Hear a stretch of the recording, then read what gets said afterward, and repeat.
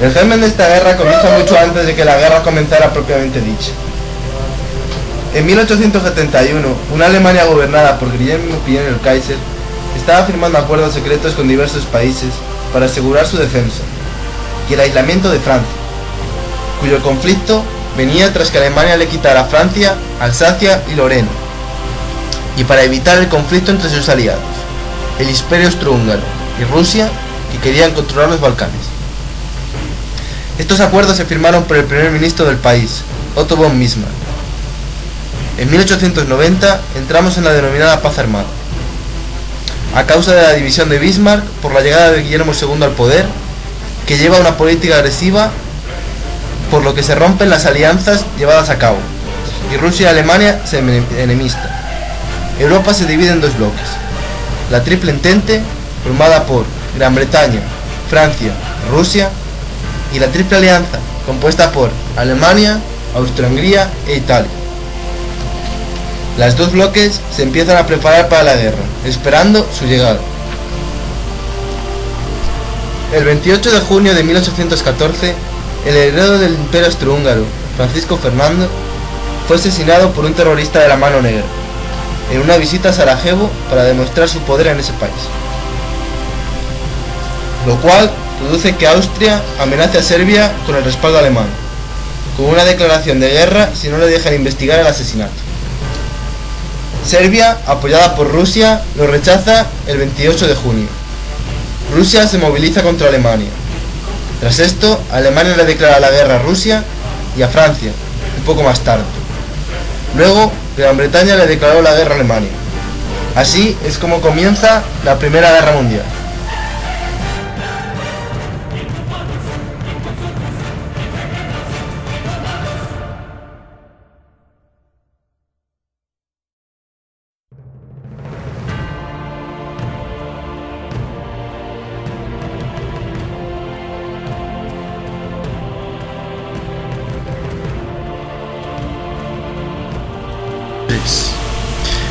Empieza con la guerra de movimientos.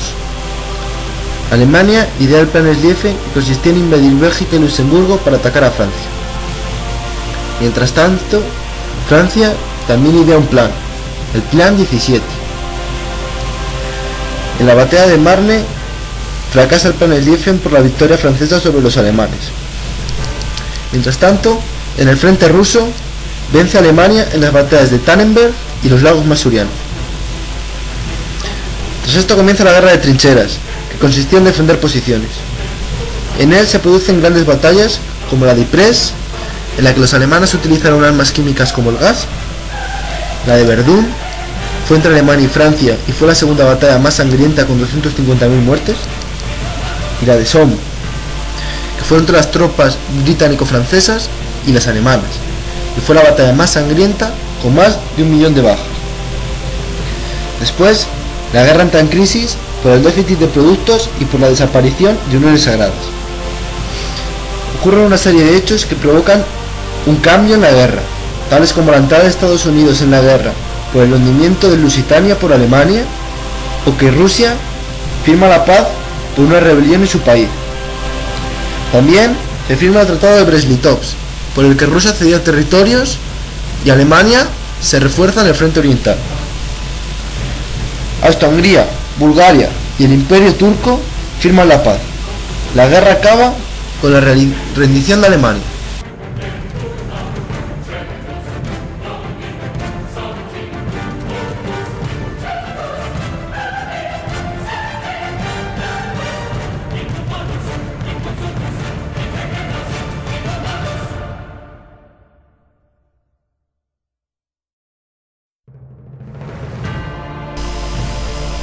Los tratados de paz de la Primera Guerra Mundial.